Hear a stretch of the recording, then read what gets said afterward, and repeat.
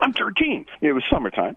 So I call Mom, and I go, Mom, I got a job. He wants me to come in and keep the station. I'm a licensed broadcaster. He just fired me all night. I tell her the whole story. He's going to either have to sign the station off tonight or come in himself, and he has enough faith in me to know that I can do PSAs on the mic and keep the station on the air. And my mom goes, let him talk to your father. Welcome once again to the Talking Archive. I'm Josh Jacobs. Follow us on Instagram. It's JoshDJ57. That's JoshDJ57. Also subscribe to our YouTube channel and get updates about when we post new podcasts. And our conversation continues now with Tony Cox. Out of high school, you went to, like you said, KOBO in Yuba City. Yes, that's where I started, actually, KOBO. Tell us about how you got that job. Really?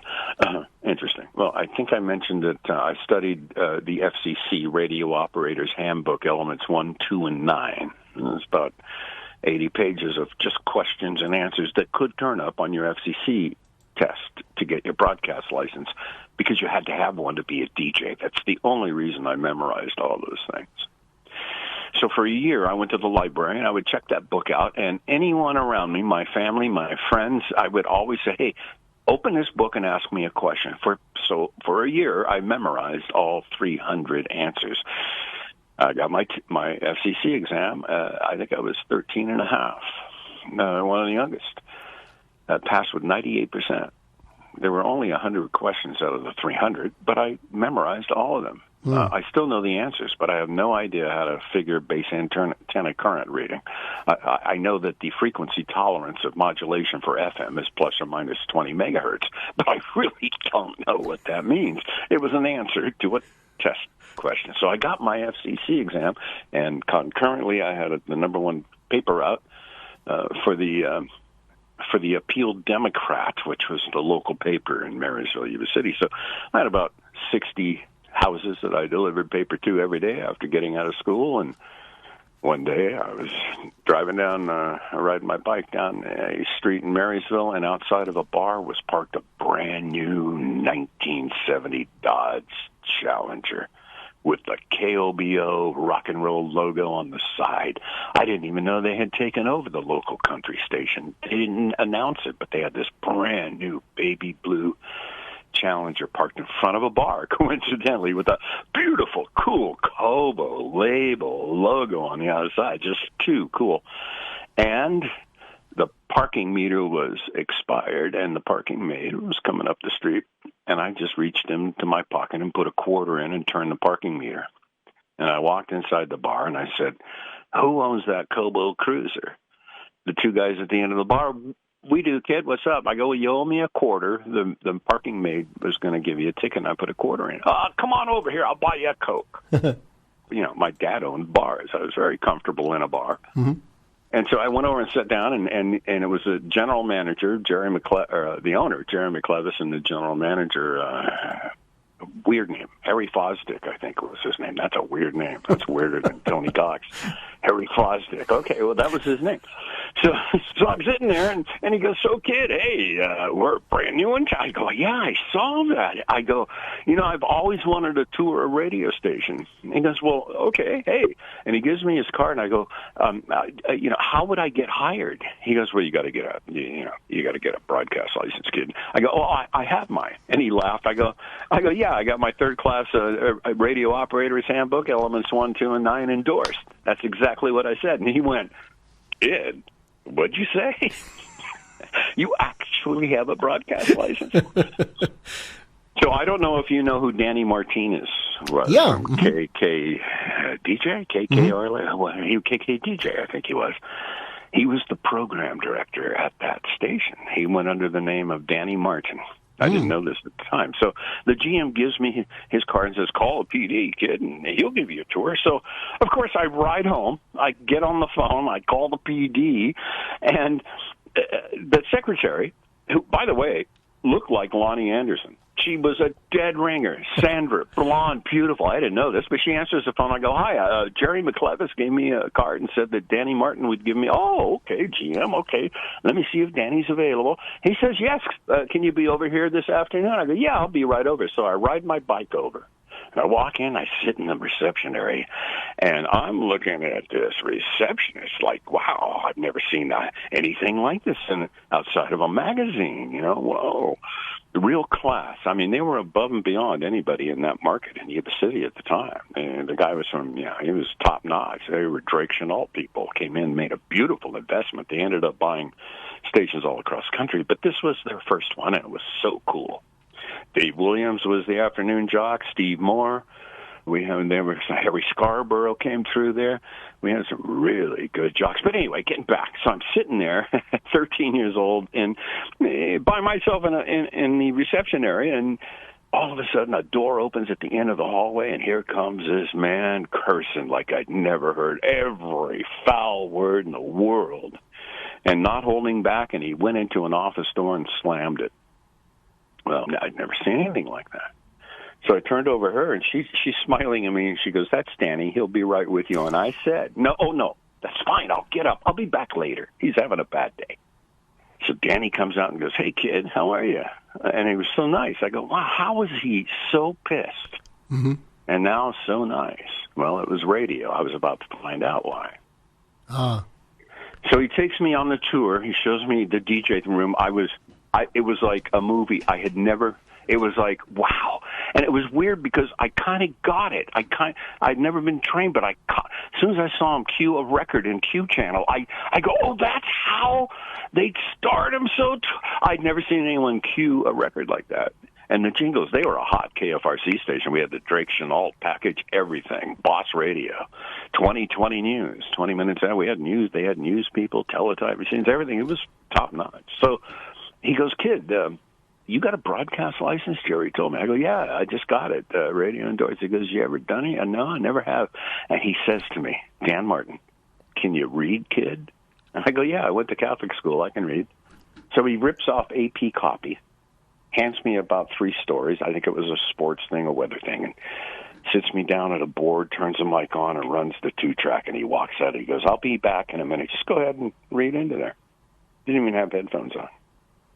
So I read it. I read it a couple of times, and he comes back in, and "How did you do, kid?" And I go, "I don't know." So I didn't even know how to stop or turn the mic off. He turned everything off and rewound it, and I heard my voice for the first time.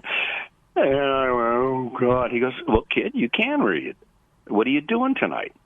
True story. "What are you doing tonight?" I don't know. He goes, "Well, I don't know if you heard, but I fired the all-night guy just now." That's what I was so upset about. And I go, "Oh, okay. He goes, "Can you come in tonight and just keep the station on the air? I mean, if you feel like talking, just cue the records up. I can show you how to do that. Steve Moore will train you when you get here at 11:30. I want you midnight to 6. I'm 13. So I don't think my parents, it was summertime. So I call Mom and I go, "Mom, hey, I got a job." He wants me to come in and keep the station. I'm a licensed broadcaster. He just fired the all-night. I tell her the whole story. He's going to either have to sign the station off tonight or come in himself, and he has enough faith in me to know that I can do PSAs on the mic and keep the station on the air. And my mom goes, "Let him talk to your father." So he and Danny talk for about a minute, and he comes back and says, "Okay." And Mom says, "Okay, if you can do that, Dad will drive you over as soon as he hears you on the radio." It was a fishbowl studio out into a beautiful mall. I waved at him. He sat there until I came on. He flashed his lights and came back and picked me up after I got off at 6 a.m. I kept the station on the air. I was so nervous I couldn't even cue because the needles kept falling off of the turntable. I was shaking so much, but I got the hang of it. I learned to take the platter out of gear, and instead of cueing the record, I'd spin the platter. And anyway, so I kept it on the air, and records were only 2 minutes and 30 seconds back then. So that 6 hours flew by like a blink of an eye, that Einstein time-space thing. 6 o'clock rolls around, the jock comes in to replace me, Gary Clark, all seasoned pros. Now, I did a few sets. I did a few things. I had to read the PSAs. I didn't do news. And so the hotline rings, and it's Dan Martin. He goes, "Hey, kid." And I go, "Hey." He goes, "Hey, yesterday when you came in, it was really cool because I was going to have to sign the station off or put the kid on because I hell wasn't going to come in." I go, "Yeah." He goes, "I listened all night." And I go, "Yeah." And he said, quote, "I should have signed the damn station off. That was the worst thing I've ever heard in my life." Ooh. And I got fired right after my first show. Oh, man. And you know what I said? Being 13, no big deal. Hey, this came out of nowhere, man. It was like a ride at Disneyland. I was so happy because, you know what, kid? You had good, you don't know, you're not an announcer. You tried, you said the call letters, but it just, it's so raw, but your board work, your board op was great because you can do that. So 3 months go by, and I'm going into my sophomore year in radio in high school, and this, honest to God truth, it's Labor Day weekend when school used to start that Tuesday. We always had Labor Day off. And I was going to start my sophomore year in high school, and the phone rings, and it's Dan Martin, 7 o'clock at night on a Monday night when all the kids go to school the next day. Phone rings, and Mom answers. She goes, just a moment. She goes, it's Dan Martin. I go, Dan Martin, the guy who fired me. Hi, Dan. He goes, hey, kid, how are you? I go, I'm doing good. He goes, have you been practicing at all? I go, yeah, in my mind, sure. And he goes, do you think you've gotten any better? And I said, oh, sure. He goes, remember that ass I fired back in June? I go, yeah. I fired him again tonight. Can you come in at midnight? And I said, oh, I don't know, man. I'm starting my sophomore. And Mom, God bless my parents, they're standing there next to me going, what's going on? What's going on? I go, he wants me to come in tonight. And she goes, well, do you think you can go to school tomorrow? I know you got some nap in today. I mean, if you feel like it, I want you to do it because I know how much it means to you. I couldn't believe my parents let me do that. So I went in, I did the show. The first day of sophomore year was nothing. Just get your lockers, get your schedule. No big. I was home in bed by 10 a.m. And so it was a wonderful first day of school, and Dan Martin called me that Monday. He goes, kid, I listened to you. I thought, oh, boy, I'm getting fired twice. He goes, you picked up because all I did all summer was take 3x5 cards, and on the corner of each one, I wrote my name, the call letters. I said artist name, song name, and time. And all I did was sit in my room and shuffle those cards around and go, KOBO, Tony Cox, 325 with the Rolling Stones, Satisfaction. And I'd mix them up. And then second thing, I'd go, here are the Rolling Stones, Satisfaction on KOBO with Tony Cox, it's 320. And all summer, it was like flashcards to learning math to me. I would just throw them up, and I got so good at that. So he hired me. He said, come in on weekends. So I had a weekend gig. And about 6 or 7 months later, again, being young, critiquing is no big deal. It doesn't hurt you because every adult is telling you what to do. Mm-hmm. I was 13 and a half, 14 years old, working with 21-year-olds. I mean, I was definitely the youngest there on weekends, and it worked. I loved it, and they loved me. I was there. I was on time, being a kid. I was focused. I was into it. I soaked it up. I mean, God. Some of the best things in the world. I wasn't even dating yet, but answering phone calls on the air from 23-year-old women who thought I was hot. No, that's not why I did it, but I tell you, it wasn't bad. So anyway, now I'm thinking about the Paul Anka song, Diana, I'm so young and you're so old. Mm-hmm. Well, I'll never forget the first woman who came over to, again, we were in Fishbowl Studios in a shopping mall so people could see us. And one of the women was flirting with me on the phone. And by the way, there were 75,000 airmen stationed at Beale Air Force Base, and 90% of them were TDY in the 1970s. So all these women, all these housewives and girlfriends that lived out at Beale listened to our show. So they would flirt. they did. And one came down to see me. She didn't know I was 14 years old, that my dad was going to pick me up when I get off the air.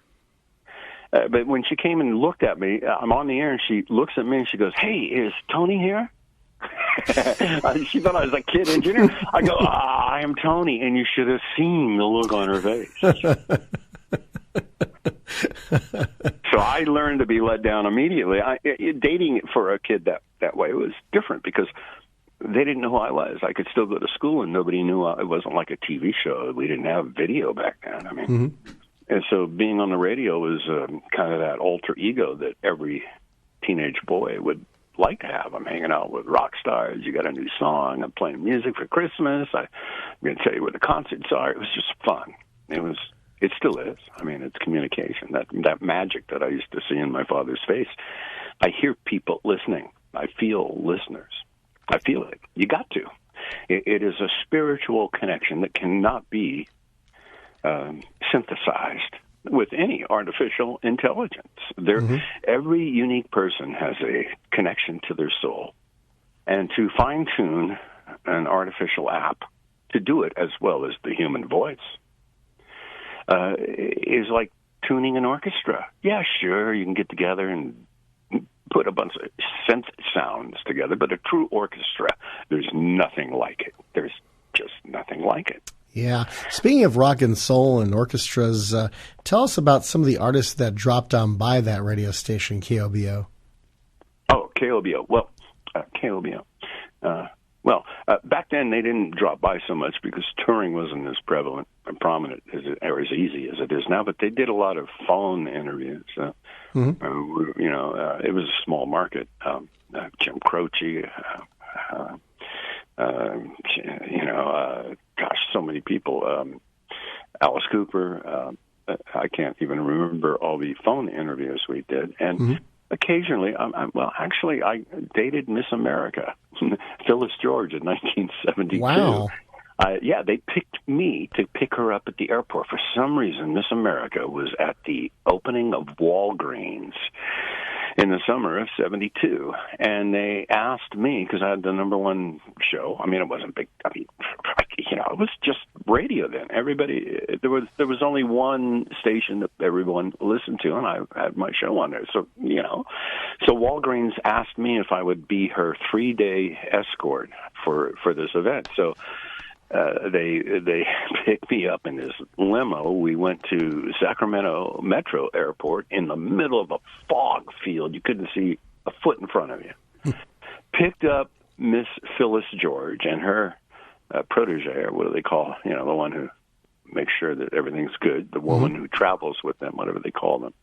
And we travel in a limousine. I'm sitting right next to her all the way, and I'm a 17-year-old high school kid with Miss America. She'd just been crowned, Phyllis George, who went on to marry the head of what network, NBC or CBS, I think, News, and she was the first female sports TV anchor for sports for NFL. That's right. Phyllis George. So here I am with Miss America for 3 days. I'm the only person with her except her personal assistant. We went everywhere. The newspaper. She was on my show. I was sitting in her hotel room with her, just casually sharing a Coca-Cola. She answered my phone call. Miss America, a 17-year-old boy. Now, at the time, it didn't hit me until years later. And I look back now, I have photos of this, and I go, wow, that just didn't seem unusual. And that's the thing. I just love what this business does. I did a speech. I was asked to be on a panel the other day for the broadcast legends in Northern California, and it was an honor to be with them. I mean, there were 70 people that were in the industry. Most of them were people I grew up watching on television, the newscasters, the reporters, the anchor people, the programming people, the personalities that I always worshipped. And they were watching me talk about this the other day. And they asked me, how do you stay active in a business that's changed so much? And I don't know that it changes until after I've adapted to it. I guess it's like surfing a wave. I've talked to people, surfers who go to beaches every day. They have for years. I know a guy in Pismo and down Southern California who has surfed for 45 years, same beach. He shows up every single morning. I don't think I've ever asked him, how have the waves changed? Because everyone has been different to him. He gets on the paddle, and there's no bad waves. He goes, some of them are spectacular, and they teach him about the things. But he learned how to ride the spectacular ones by repeating the mundane, learning the nuances, the balance. Tens of thousands of hours behind a microphone learning how to say, use only as directed. And it really is that simple. It is very simple. You do it enough times, you have the passion, and you never get bored. I don't think I've ever been bored a moment in my life. We're talking with radio personality Tony Cox, and next time he discusses how do we put our talents to the best of their ability. In other words, how do we make our talents shine for others to see?